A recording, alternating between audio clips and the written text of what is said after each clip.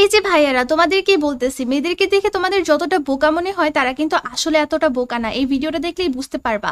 আর আশা করি এইরকম ছেলেদের কপালে যেন এরকম মেয়ে জোটে। আমি বোধহয় আর বাঁচবো না। নিজেকে শান্ত করো। আমার একটা শেষ ইচ্ছে পূরণ করবে? বলো তোমার কি শেষ ইচ্ছে?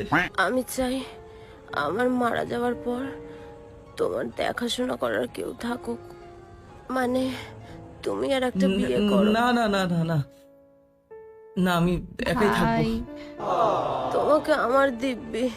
তোমার যদি কোনো মেয়ে পছন্দ থাকে বলো, না হলে আমি ঠিক করে দিয়ে যাব।